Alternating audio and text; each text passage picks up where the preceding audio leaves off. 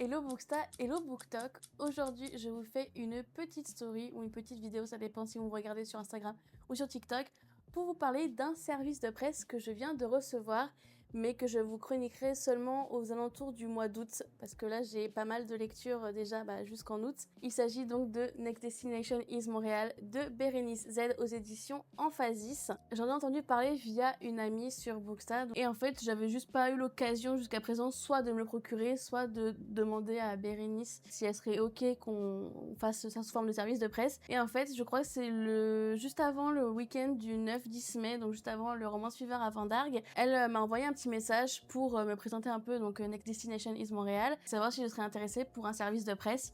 J'ai été honnête, je lui ai dit que évidemment le roman m'intéressait, on me l'avait bien vendu, mais que j'étais saturée en lecture et services de presse jusque début août, que du coup je pourrais pas le chroniquer avant août-septembre.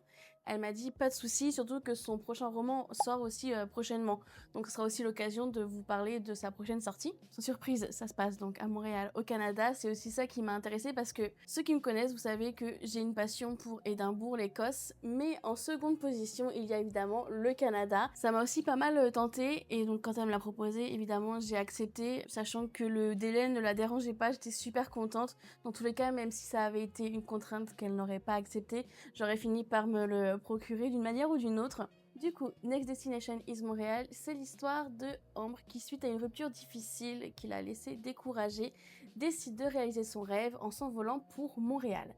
Elle espère donc se changer les idées et se consacrer enfin à sa passion, la photographie. Mais, sinon ce n'est pas drôle, dès le décollage, elle se heurte à un voisin de siège désagréable, bien que plutôt bel homme. Elle pense en être débarrassée définitivement en arrivant en terre canadienne, mais le destin pourrait bien lui réserver quelques surprises entre deux virées touristiques. Donc je suis trop contente déjà que Bérénice m'ait fait confiance, qu'elle me l'ait proposé, parce que je m'y attendais vraiment pas. Et surtout j'ai très hâte de le lire avec le roman. J'ai aussi reçu des petits goodies et il est dédicacé également. Hop, je vais vous montrer les goodies. Donc on a évidemment un petit marque-page.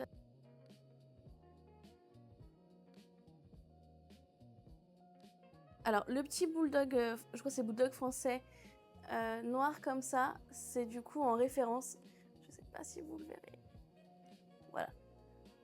C'est en référence du coup au chien du coup de l'autrice, elle me l'a expliqué. Je suis obligée de faire la youtubeuse beauté. Et je crois que j'ai une petite dédicace.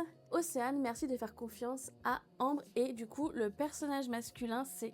Je sais pas comment on le prononce, j'espère que tu ne m'en voudras pas, Bérénice. Jackson, peut-être ça ressemble un peu à Jackson.